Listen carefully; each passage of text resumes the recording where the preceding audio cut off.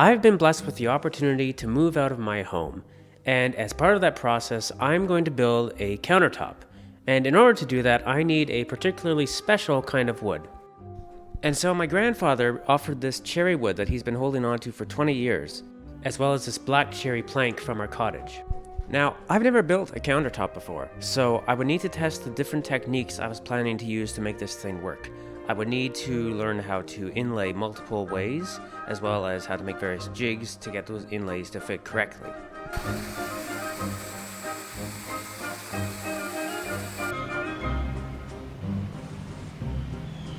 In that initial test where I squished the inlays into shape, the wood was actually thinner than what I realized I would be using for this table, so I would need to find a way to actually steam and bend the wood.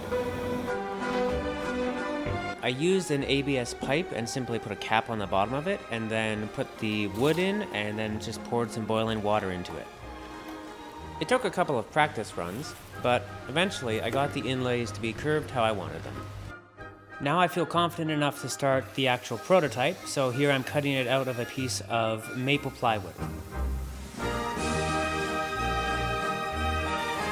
Afterwards, I took the table and set up all of the jigs that I had already made, and then took multiple passes using the router to cut the table in half.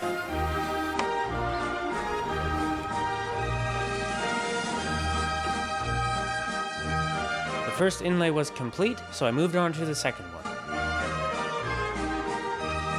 All I did is repeat the same process as before, and it went pretty well.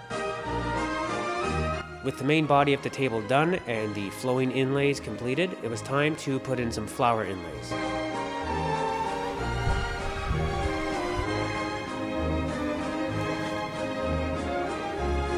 I had the flowy bits in and I had the flowers in, so now all I had to do was put an edge onto the table.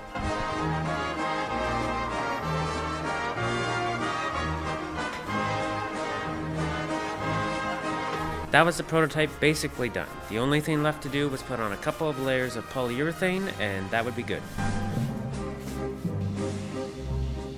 At last, the prototype was done and I could move on to the real deal.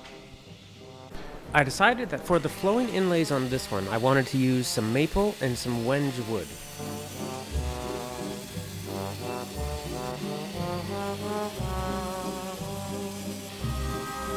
As it turns out, wenge wood is really easy to cut. It also really likes to stab you a lot.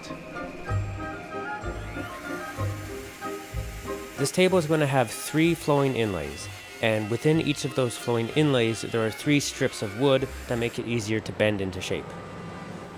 I've edited this down for simplicity's sake, but what I actually did here is I took the 3 separate strips, glued them together, squished them together into the curve that they will eventually be using the table, and then once they were a solid piece, then I glued them into the table itself. I had the first inlay in, and now I had to cut the table in half again in order to put in the second inlay. You can see here what I was explaining before, that the inlay is now a solid singular piece of wood, and I'm attaching it to the actual table itself now. Now, remember, my grandfather was holding on to this piece of wood for 20 years in the expectation that it would be used in a woodworking project. And now here I am, cutting it in half multiple times in the hope that I don't mess this up.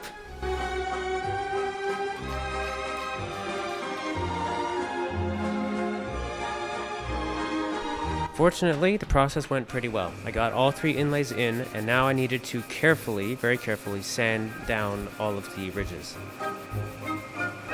With the table in a good state, it was time to put in the flower inlays.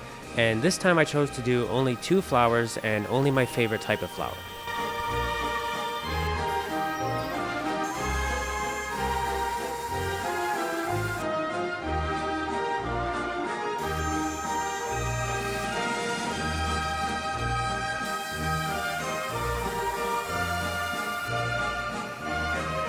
I used Purple Heart wood to cut the pieces that would actually be inserted into the inlay, and in this case I decided I wanted to do something a bit special and would try my hand at gilding gold leaf onto the actual Purple Heart.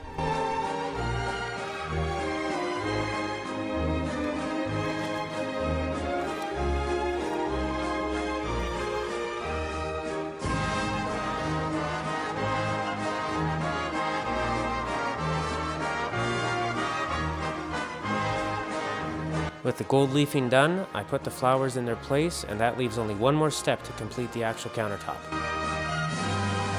I mixed up some 2-part tabletop epoxy and applied it to the countertop.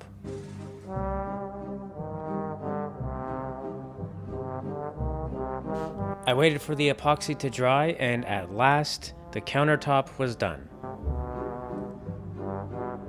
You may recall earlier I mentioned that my grandfather gave me some black cherry from his cottage, and off camera, my dad and I processed it and turned it into the edge at the front of the countertop.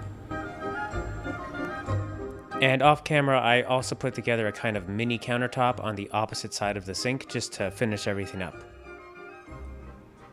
I've learned a lot through this project, and I'm so grateful to God to even have the opportunity to do this.